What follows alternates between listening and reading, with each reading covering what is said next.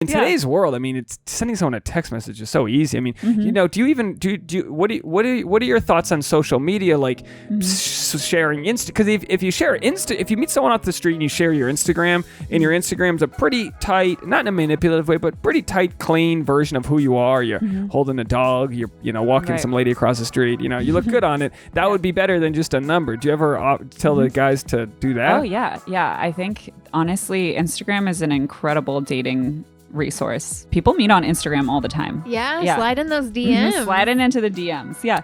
And it's a little bit more comprehensive than dating apps. And I think what people like about it too is it's a little less obvious.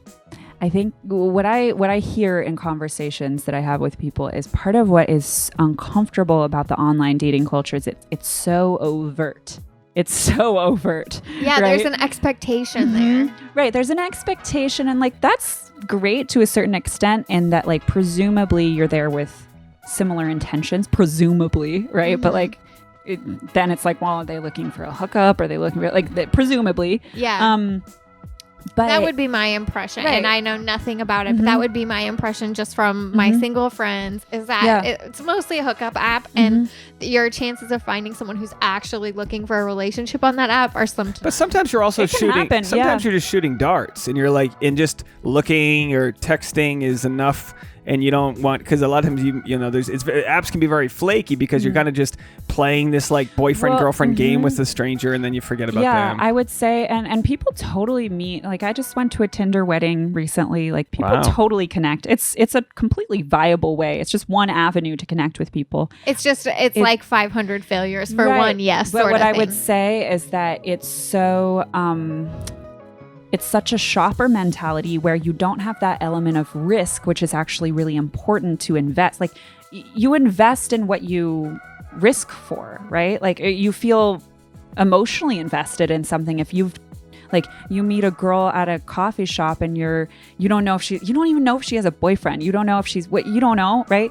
Until like go give her your number. Like that's a bold move. That's a little bit of a risk, right? Where like you're going to value that connection so much more because you put yourself out on the line. You already invested courage in it, right? Versus like literally doing nothing, like swiping on the toilet. And then you're like, okay, cool, let's go to the bar down the street. Like you just don't value that connection as much. And like, I think what happens then we get certain behaviors where like people aren't valuing each other as much. It's so overt. They feel awkward. That like, you get ghosting. There's very little social accountability if it's someone outside of your network, right? Yeah. So this is what, or catfishing, or all of these like bullshit behaviors, right? Yeah. I'm sorry. I want to interject. That's an economic principle too. Yeah.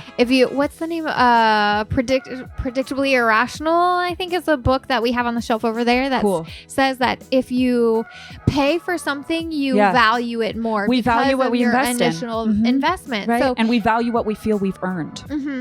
Right. So if two everyone people go pay Cora, raise your rates by double. If you really want love, you got to double it up. No, but honestly, that's part of what's valuable about the process that I take clients through is that they make a monetary investment. So what I say to them, I'm like, I want you to think about this moment. Like there's a wall, and by choosing to work with me, you have your backpack that has your wallet, your keys, your phone. You're flinging it over the wall, and like because you've invested, you've put skin in the game. Now you don't have you're not gonna throw your backpack over the wall and like not go get your phone, right? Yeah. So yeah, I mean it's same principle exactly. Like then they show up, they do the work. Yeah. They get a lot out of the process. Yeah, it's so interesting. It's like, is it chicken or egg? The example that they give in the book is like if two guys go to a party. Same guy goes to a party. Guy has to pay $5 to get in the party. That person reports having more fun than the person who went to the free party. Yeah. Even though it's the same party. Yeah. So I'll take this time to promote the Patreon. That's patreon.com/thesap. THESAP. You can go there if you want to be a member. Our newest member, Rainer, has chosen the top tier. So big shout out to Rainer. We don't know anything about Rainer yet. He hasn't given me his info, but top tier gets soap. We have handmade soap for Rainer. So big shout out to our new member of the Patreon. You like that? I just slide it right in. So casual. Do you value us or not?